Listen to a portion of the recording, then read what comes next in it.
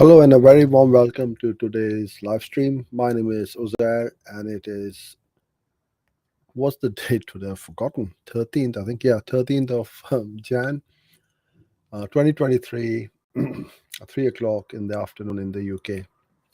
Every weekday and every Tuesday and every Friday, I go live on this channel and cover topics such as Google Ads, YouTube ads, anything and everything to do with online digital marketing.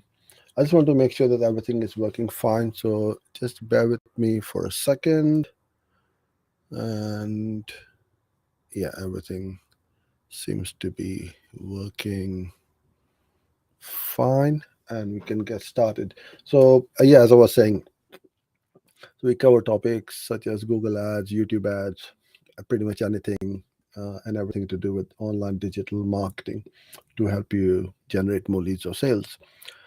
So today's topic is about some optimization tips, advanced optimization tips for Google Ads search campaigns. I'll go through them in a minute with you. And if you're watching this live and you want to ask me any questions, please ping them in the comment box or the description box around this videos. Excuse me.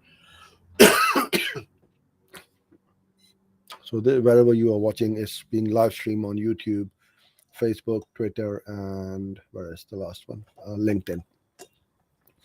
Seems to be forgetting everything today. All right.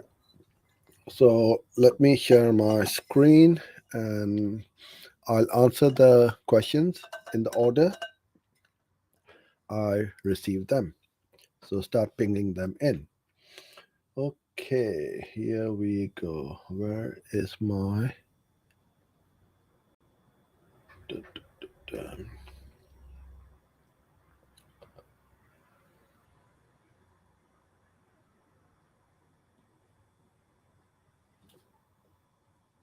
Okay.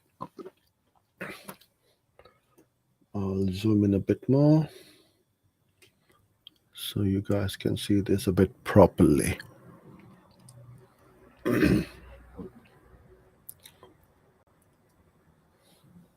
Yeah, that's a bit better.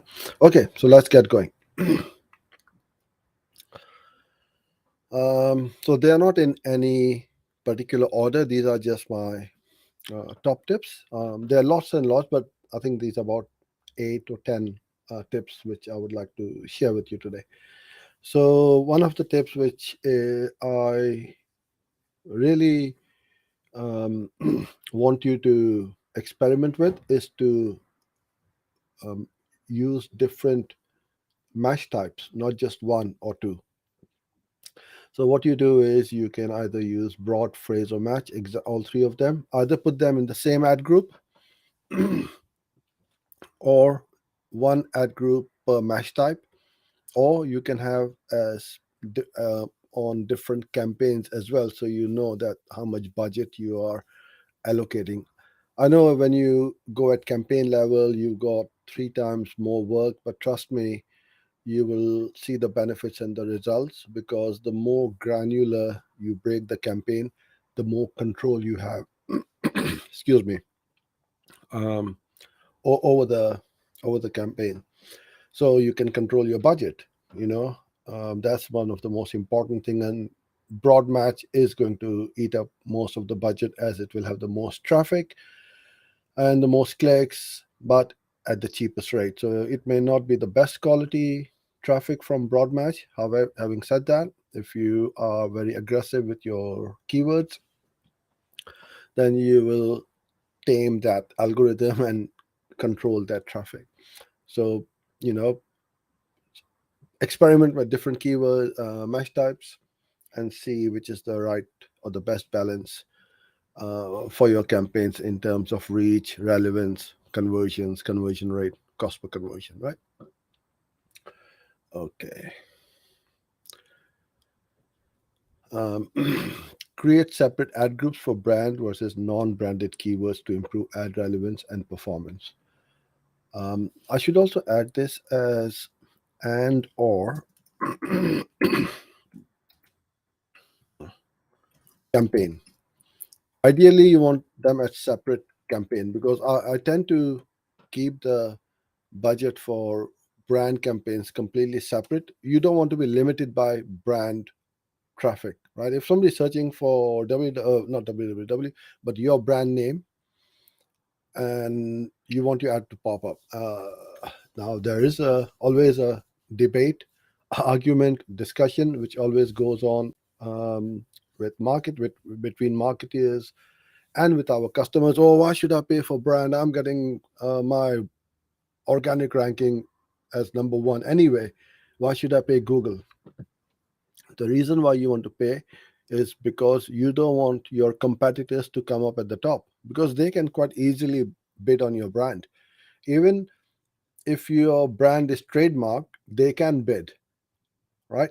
So don't want to lose that real estate right at the top of Google, because especially on a mobile where most of the traffic is coming from, you don't want your organic ranking to be shoved right way down the page, because you have the four ads, then the Google Maps, and so on.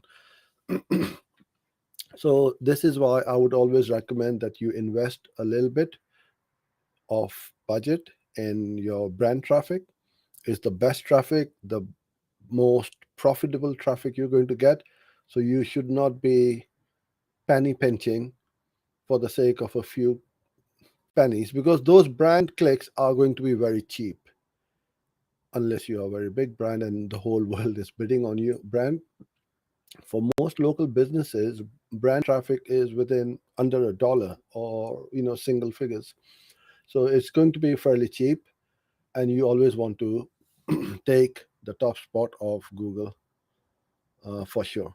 So I would always keep them as separate ad campaign.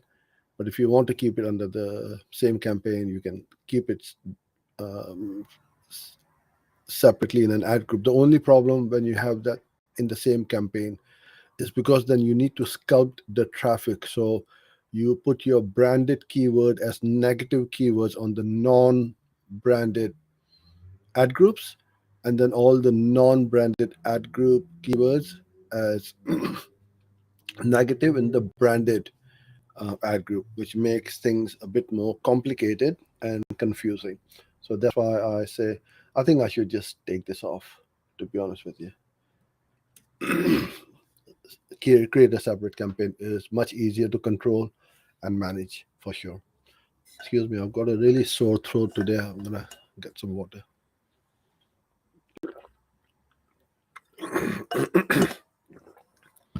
All right. Uh, Next one. Utilize day parting to schedule your ads to show during specific hours of the day or days of the week. Again, very few companies do this. So what you can do is you want to find out the most profitable or the most expensive time of the day. So you can make these day parting as 4 hour blocks. Midnight. Uh, I'm talking about if you are running it 24/7, right? So if you think of midnight to 4 a.m., 4 to 8 a.m., 8 to midday, midday to 4 o'clock, 4 to 8 p.m., and 8 p.m. to midnight. Day part the campaigns, and then you'll start to see exactly which slot or what time of the day are your best, the campaigns performing the best and are the most profitable. And also, you will find where you are getting the worst performance. In some of the niches and industry, like locksmith and plumbers and niches like that, there's a lot of click fraud which is happening. So if you day part, you will know very easily and quickly where your spam clicks are coming from, or clicks which are happening but not converting. And then you can see into analytics what sort of data you're getting and so on. So you can very quickly see and assess that these are bot clicks or spam clicks, right? Invalid clicks, I should say. So you can do that as well. Then you can make a decision whether you want to either completely block it and not run on those at that time of the day, or you can even make it a separate campaign for each one of the 6 slots of the day and see how your budget is utilized. And again, the day of the week as well. If Mondays are your most profitable uh, day of the week, then you want to bid very aggressively so you don't miss out on your search impression share. And if Fridays or Saturdays are your most expensive, then you can potentially take your campaign into a separate campaign, just run on that Friday and allocate a budget so that you don't eat up all your budget. So you can break it down into campaigns as well. But you can then see the hours and the days of the week which are working and which aren't working. This is not an optimization tip, but it's a workflow tip. Um, Use Google Ads Editor if you're not using it. It's going to change your life. Well, in terms of Google Ads, it's super fast. You can make bulk changes extremely quickly. You will be able to create campaigns on the fly, which you can't do in the interface. Copy paste, make bulk changes. So if you got 10 campaigns and you want to copy them and make a duplicate of those, it literally takes seconds. And then make all the changes in that campaign. Whether, let's say, you got 10 campaigns running on broad match and you want another 10 campaigns to run on phrase match to test. Copy those 10, paste those 10, and then all in one go. Click a couple of buttons and change the whole match type of all the keywords. Whether you got 10 or 10,000, it really doesn't matter. It is super quick. It's like using a Excel spreadsheet or a Google sheet for Google Ads. You can work wonderfully well and quickly. I also wanted to show you that if you um, want us to manage your campaigns, we've got a great offer, and the URL is on the screen. So please visit this page, and you'll see that it's one of the best offers out there from any agency you'll ever get. So go on there, schedule a free discovery call, and see how we can potentially work together. Use negative keywords as always. Be very aggressive. This is how you're going to make the most from your campaigns and be more profitable. But then there are three ways you can set these negative keywords as. One is the account level. So let's say you sell furniture, but you don't rent out furniture. Then renting could be at account level, negative keyword, because you never rent out. You don't have, so things like if you don't give anything for free, then put that word free as account level. So no matter which campaigns you run or set up, at all times you will not run your ads for the word free or for those words which you don't want your ads to run. But if you got different campaigns, one for renting, one for selling, one for buying, or something like that, then you don't want those keywords to be at account level. You need to be at campaign level. Or if those three ad groups are for one for renting, one for buying, one for selling, then you can keep them at the ad group level. Depends on how you structure the campaign. So the more you organize that negative keyword structure, the better for you and much more easier for you and your team to manage. Search terms, always keep an eye on them and see which one is working, which one isn't working. Um, if there are any good keywords or search terms which have got intent or have got relevancy, keep adding them to the ad group which triggered. If the right ad group triggered that search term, if it didn't, then you can manually go in and set up that search term in that particular ad group. Search terms depends, and this is another question which a lot of people ask me: how often should I look at the search terms? It really depends on how small or big your account is. If you're spending just a few $100s per month in your account, then you don't need to go into there every day. You can go in there once a week quite comfortably, sort out all the keywords, search terms, and the job is done within 5-10 minutes. But if you're spending tens of thousands per month, or thousands per day, or tens of thousands per day, then you need to keep a very close eye. And then you need to have automations as well for maximizing your workflow. So for bigger accounts, you want to do it daily. That's what I'm trying to say. Okay. Use remarketing to reach users who have previously interacted with your website or app or video. In fact, I should have video. So anybody who has been to my website, so like you are viewing my video right now, whether live or as a recorded video, you will get pixeled in. I can then show you some of my ads whenever I want to. Depends obviously on the number of days of my list. So always have your remarketing going as well. It's again like brand campaigns, one of the most profitable campaigns out there, because you don't want to invest in getting people to your website and then letting them go.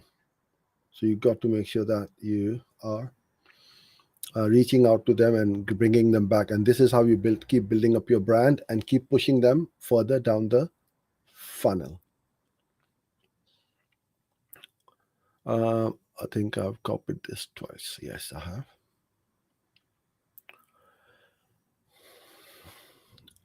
Don't reduce the CPA.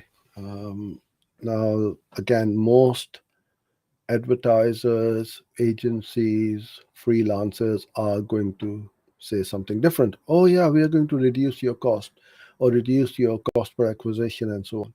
Well, you can. It's always good to reduce and cut out the fat or the excess, but there is a certain limit you can go down to. You cannot go further down that CPA, because you will then either screw up your campaign, it won't get any impressions because you are not giving Google anything to play with. So you will find that your impressions have stopped. Once that happens, you won't get any clicks. Once that happens, you won't get any conversions. So forget the CPA then. So what do you do? How do you increase your campaign or scale your campaign? Is by conversion rate. So if let's say you are getting a CP of $10, the temptation would to go down to 8 or 7 or as low as possible, and that's what you as a marketer will be um, uh, told by the customer. Oh yeah, we want the cheapest lead cost. So my argument or my discussion, my reply would be yes, that is fine, but we cannot go any further down this lead cost. Increase your conversion rate if you are closing them on the phone or offline. See if your conversion rate is 20% right now, take it to 25, 30%, and you are going to increase your profitability. And this is what I mean by increasing profitability, is increasing your conversion rate without affecting. And the name of the game is whoever is willing and or able to pay the most to acquire a customer will always win. So if you're not aggressive enough, you will lose out to your competitors. Okay, and this is where we follow quite nicely too, is to you got to be very aggressive with your bids and budgets. I'm not saying give away your all your savings or all your cash to Google, but you need to be aggressive. You've got to outbid them and outrank them. Otherwise, you will find that your competitors are getting all those clicks and you are losing out big time. You're in it to win it, right? It's like a sport. You don't want to come second. Nobody remembers who's the second best.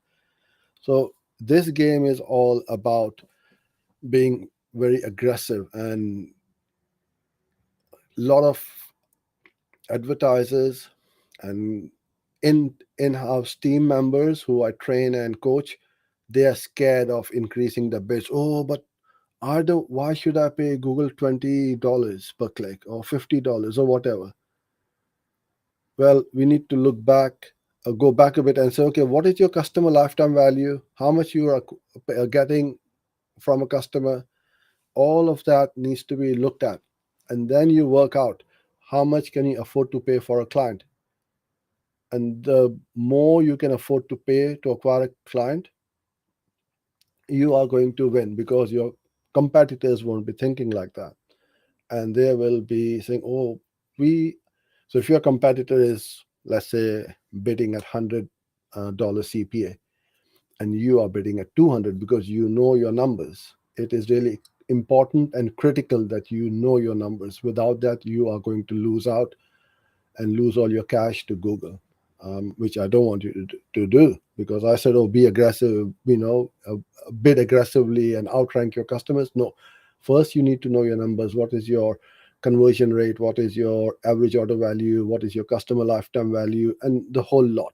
And there's a lot of things which we need to know before we have that full picture. Okay, now I know my numbers. Now I know how much I can afford to pay to acquire a customer. And this is why I always say that knowing that if you want to play this game, you've got to know the numbers. Even if you don't know play this game, you still need to know your numbers. If you want to run your business, you need to know your margins, your gross profit, your net profit, all of that, right? A lot of people don't know that, unfortunately, and then they lose out and they wonder why it didn't work out. Okay, so I'm just going to look at the time because I have a call to hop onto. So what I'll do is I'll skip the questions for today, and I'll be back on Tuesday.